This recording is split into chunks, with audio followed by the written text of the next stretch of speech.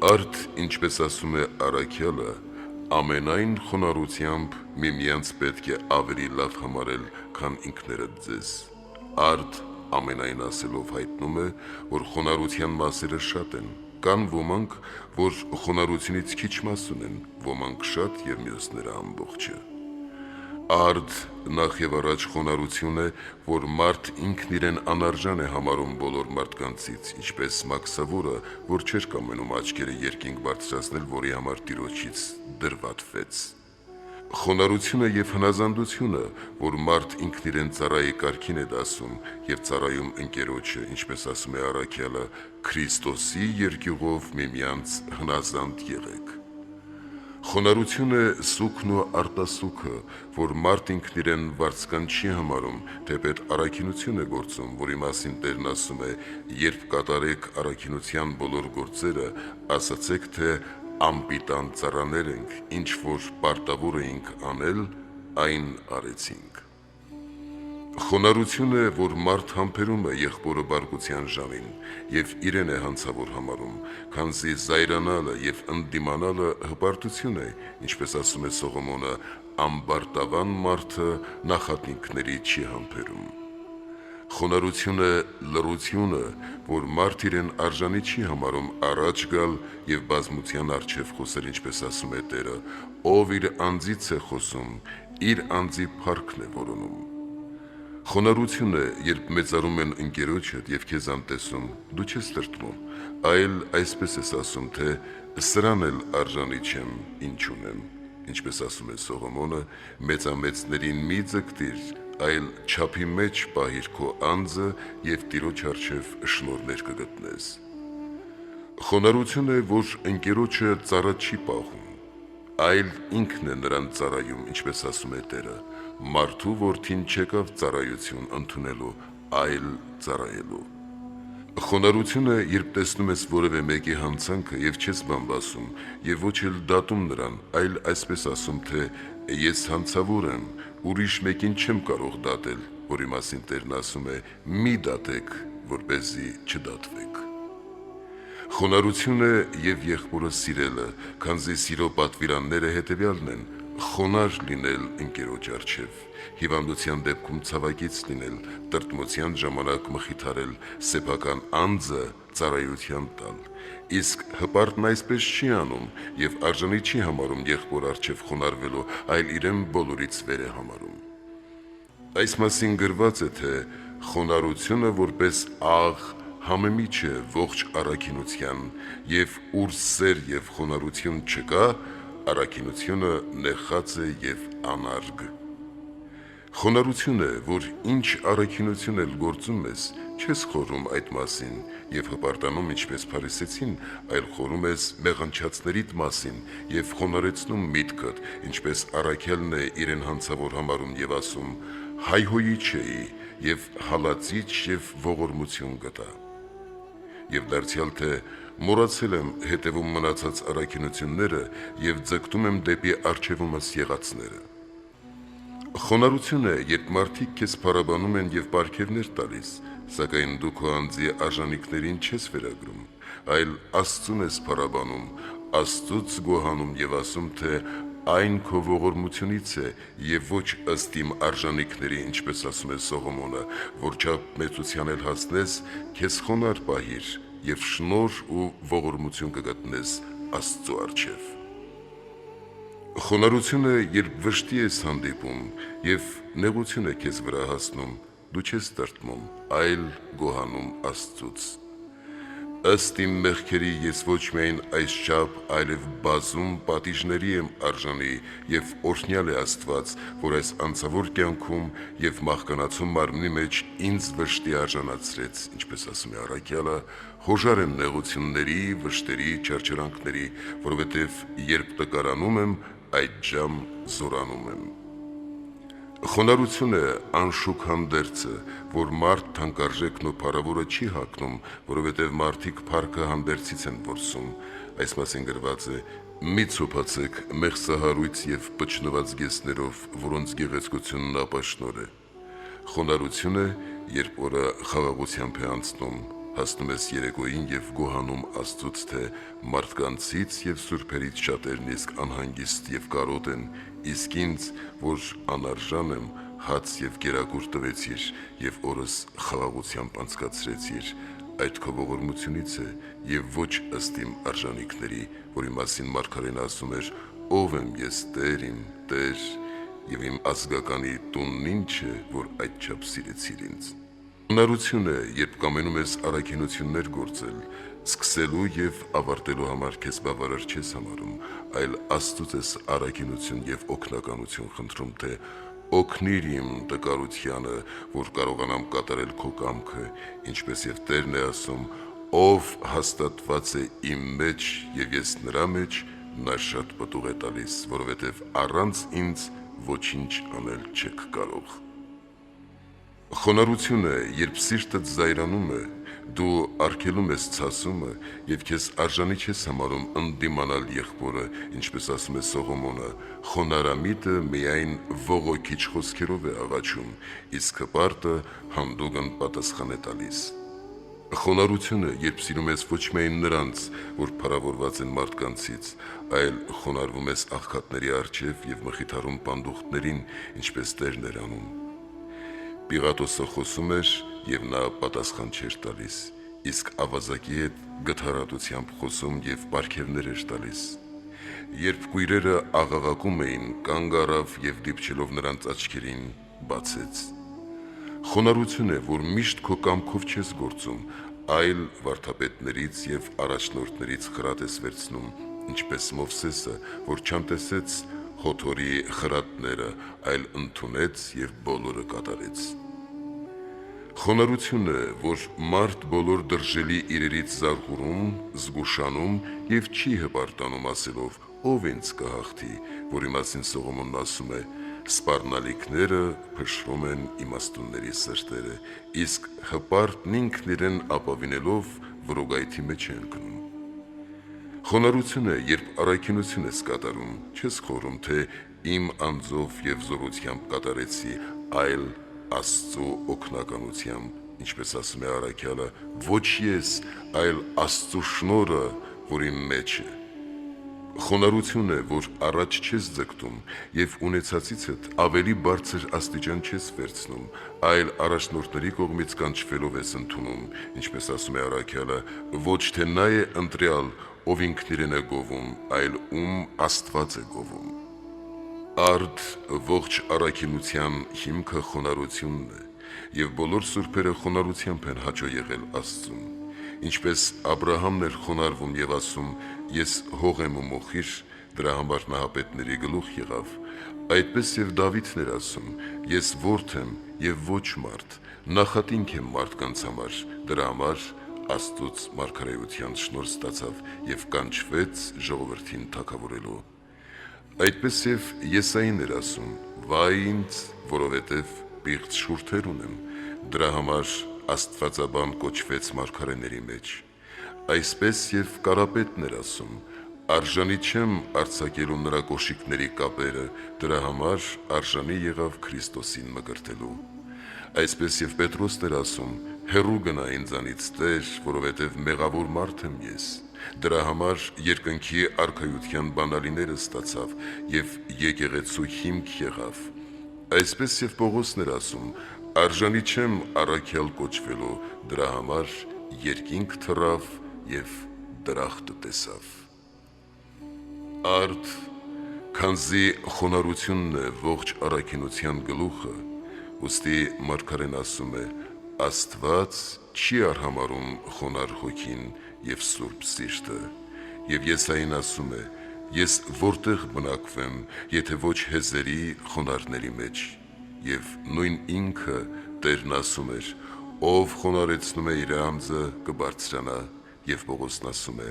ամենայն խոնարհությամբ միմյանց պետք է ավելի լավ համարել, քան ինքներդ ձեզ։ Եվ վարդապետներից անթիվ վկայություններ կան խոնարհության մասին, քանզի ոչ ոք Աստծուն այնպես սիրելի չէ, ինչպես նա, ով խոնարհ է եւ իրեն հետին է համարում հանուն Քրիստոսի, որովհետեւ նրան վայել է փառք եւ իշխանություն այժմ եւ հավիտյանս։ Ամեն։ Անանիա Նարեկացի համբերության և խաղաղության մասին։ Երբ մարդն Աստծուց իմաստության և երկյուղի շնորհ է ստանում, նա ընկերոջը տրտմեցնող խոսքեր չի ուղղում և նրա տրտմության պատճառը չի դառնում։ Սողոմոն իմաստունն ասում է. իր խիստ խոսքը զսպողն իմաստուն է։ Արդ, եթե եղբայրդ մեղանչել է քո դեմ, մի հիշիր անցած տրտմությունը,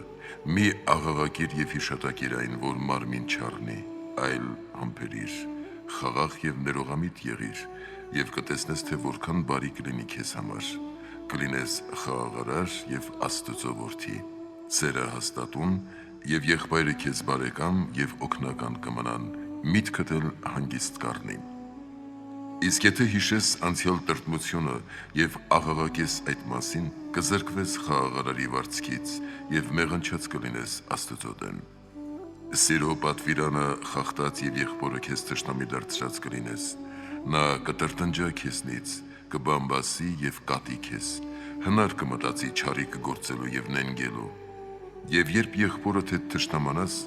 Աստված իր ձեռքից բաց կթողնի քեզ, քո աղոթքները խոտան կերևան Աստծո առջև, և դու սատանայի պատերազմը չես կարող կանխել։ Լսիր, եղբայր, կարող ես այն վերացնել, քանի որ սատանան այլ կերպ չի կարող մուտք գտնել մարդու մեջ, քան միմյանց նկատմամբ ատելության միջոցով։ Եթե եղբոր սիրո մեջ հաստատուն մնաս, քեզ գործակից կլինի Աստված, դու կհաղթես սատանային և շատ չարիքներ կխափանվեն։ Երբ սրով խոցվում է մարմնի անդամներից մեկը, վրան դեղ դնելով բուժում են այն, սակայն եթե անփույթ են գտնվում վերքի նկատմամբ, այն թարախակալում է և կսկիծը տարածվում է մարմնի բոլոր անդամների մեջ։ Այսպես է նաև եղբորը տրտմեցնելը, եթե խաղաղություն անես, միտքդ շուտափույթ կբուժվի, սերը հաստատուն կմնա, իսկ եթե շատացնես խոսքերը և կարծես, թե խաղաղվել ես, այդ խոսքերը շատերի մեջ կտարածվեն, տրտմություն կբերեն, որն էլ թշնամություն կծնի։ Ինչպես երբ մարդ գազանի է հանդիպում և հանդարտ է մնում, գազանը մռնչալով անցնում է, սակայն երբ գրգռում է նրան, դառնում և կծում է մարդուն, այդպես էլ եղբոր տրտմությունն է, եթե խաղաղեցնես, խաղաղությամբ կանցնի ժամը, դու էլ հանգիստ կմնաս։ Սողոմոնն ասում է. զայրացկոտ մարդը կռիվ է հարուցում, բայց համբերատարը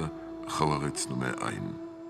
Այս պատճառով էլ Աստված մարդուն իմաստուն է արարել, որ իմանա յուրաքանչյուրի բնությունն ու պատրաստվի։ Քանի որ եթե վայրի գազանին վերաբերվես որպես գառի, նա խածող բնություն ունի, քեզ կվիրավորի։ Եթե հրի մեջ մտնես այնպես, ինչպես ցողի մեջ, այն կիզող բնություն ունի, քեզ կայրի։ Իմացիր, որ այդպիսին է չար մարդու բնությունը, և ոչ ոքի քեզ թշնամի մի դարձրու։ Տերն ասում է. չար մարդն իր սրտի գանձից է հանում չարիքը, քանի որ նրա սիրտը աղեղի և լեզուն նետի նման են։ Երբ առիթ ես տալիս, նա քաշում է նետը և վիրավորում քեզ։ Իսկ խոսքերն առավել չար վերքեր են հասցնում, քան նետը։ Այս մասին Սողոմոնն ասում է. մարդիկ կան, որ իրենց խոսքով խոցում են թրի պես, իսկ մարգարեն ասում է.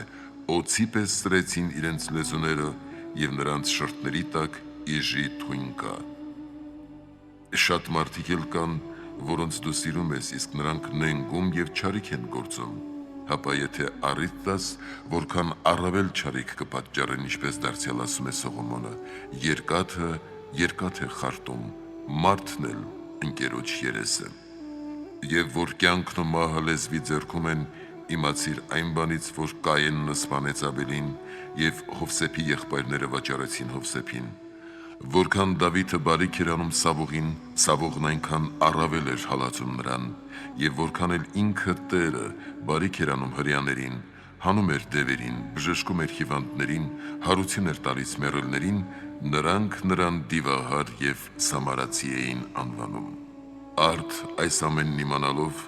բնավ տրտմեցնող խոսք մի ասա ընկերոջդ, այլ այն սիրո փոխարկիր, որևէ մեկի հետ մի թշնամանա և խաղաղության մեջ կմնաս։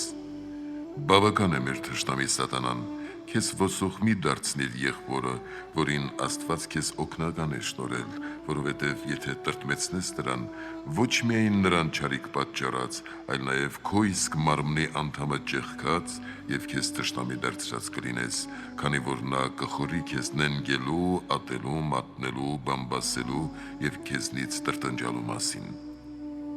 Իսկ եթե սիրես եղբորը, բարիք գործես, համբերես բարկությանը, ոչ միայն բարիք արած կլինես նրան, այլ նաև քեզ, քանի որ նա կօրհնի քեզ, կգոհանա քեզնից եւ պարգևներ կտա։ Իսկ երբ նեղության մեջ ընկնես, կջանա քեզ ազատել նեղությունից, հանապաս կաղոթի քեզ համար եւ կմխիթարի քեզ։ Եվ Աստված առավել օգնական կլինի քեզ, որ եղբոր հանդեպ սերդ հաստատուն պահեցիր, այս պատճառով էլ պատվիրանի գլուխը սերն է, որը խափանում է բոլոր տրտմությունները։ Արդ, երբ եղբայրդ քո դեմ մեղանչի, դու համբերիր, խաղաղվիր, նույն պահին չարը խափանիր եւ օրը խաղաղությամբ կանցնի, բազում վշտերից կփրկվես։ Ինչ որ եղբորն անես, թե բարի եւ թե չար, քո անձին ես անում եւ Աստծուց այն կգտնես։ Արդ այս է իմաստության սկիզբը, բնավ թշնամություն չանել որևէ մեկին, առաքյալն ասում է, եթե հնարավոր է բոլոր մարդկանց հետ խաղաղություն հաստատեք եւ դարձյալ սերն ընկերոջը չար բան չի անում, այս պատճառով էլ հնար գտիր եւ խաղաղություն գնիր, ինչպես լեռան վրայից պոկված քարը մենակ չի գլորվում, այլ բազում քարերը իր հետ գլորում, այնպես էլ սակավ խոսքերից բազում եւ անչափ տրտմություններ են ծնվում։ Սակայն մի կարծիր, թե միայն այդ է տրտմությունը։ Երբ դու խոսում ես, չարն աճում, արմատները ձգում, տարածվում է շատերի մեջ, ժամանակ է անցնում եւ անչափ տրտմություն է հասցնում քեզ։ Մի ասա, թե ես մեծ եմ եւ հարուստ, իսկ նա աղքատ եւ անարգ, ինձ ինչ կարող է անել, քանի որ ամեն ոք կարող է չարիք պատճառել։ Եթե ոչինչ էլ չկարողանա անել, կանիծի, Աստծուն կբողոքի, մարդկանց մոտ կբամբասի, այս պատճառով էլ դու միշտ խաղաղություն հաստատիր։ Եվ եթե մեկին պետք է Աստծո համար խրատել եւ ուղիղ ճանապարհի բերել, քաղցրությամբ խրատիր եւ սիրով շահիր, ինչպես ասում է առաքյալը, հեզությամբ խրատիր հակառակորդին։ Ինչպես հուրը, ինչ որ գտնում է, լափում է, իսկ երբ ոչինչ չի լինում, արագ հանգչում է, այդպես էլ եղբորից տրտմելը, եթե նյութ տաս շատ խոսքերով, չարն այն ավելի կբորբոքի եւ ատելություն կծնվի։ Այս մասին Սողոմոնն ասում է. եթե ձգձգես խոսքը, դատաստան եւ կռիվ դուրս կգա։ Իսկ առաքյալն ասում է. Տիրոջ ծառան պետք չէ որ կռիվ անի, այլ բոլորի հանդեպ լինի հեզահամբույր։ Ինչպես անձրևը ի վերուստ քիչ-քիչ իջնելով, ապա միախառնվելով շատանում է եւ հեղեղ առաջացնում, այնպես էլ երբ տրտմեցնող խոսքեր ես ուղղում եղբորդ, այդ խոսքերը միախառնվելով բարկություն են ծնում։ Արդ, ով Աստծո շնորհ ունի, նա ուրիշի տրտմությունը սիրո կփոխարկի, ուր մնաց թե իրենը։ Մարգարեն ասում է. դադարիր բարկանալուց, հանդարտվիր սրտմտությունից։ Սողոմոնն ասում է. որդյակ, եթե բարի լինես, պիտի լինես քեզ համար եւ քո ընկերների, եթե անզգամ լինես, միայն դու չարիք պիտի գտնես։ Եսային ասում է. եթե քո բերանով բարկության ոչ մի խոսք չասես, քեզ կտա քո հայր Հակոբի ժառանգությունը։ Ամովս մարգարեն ասում է. սրով ընկան նրանց հայրերն ու իշխանները նրանց լեզվի անսանց խստության պատճառով։ Ինքը Տերն ասում է. ով բարկանա իր եղբոր վրա եւ նրան ասի հիմար կամ մորոս, ենթակա կլինի գեհենի կրակին։ Առաքյալն ասում է. ամեն դառնություն, բարկություն, զայրույթ, աղաղակ եւ հայոյություն թող վերանա ձեզնից իրենց չարությամբ հանդերձ։ Եվ Հակոբն իր թղթում ասում է, որովհետև մարդու բարկությունը Աստծո արդարությունը չի կատարում։ Արդ այս իմանալով դու տրտմությունը սիրո փոխարկիր, ինչպես եւ մարգարեն է ասում, խաղաղություն փնտրիր եւ դրան հետևիր, եւ Քրիստոսին մեր Աստծուն փառք հավիտենից հավիտյանս ամեն։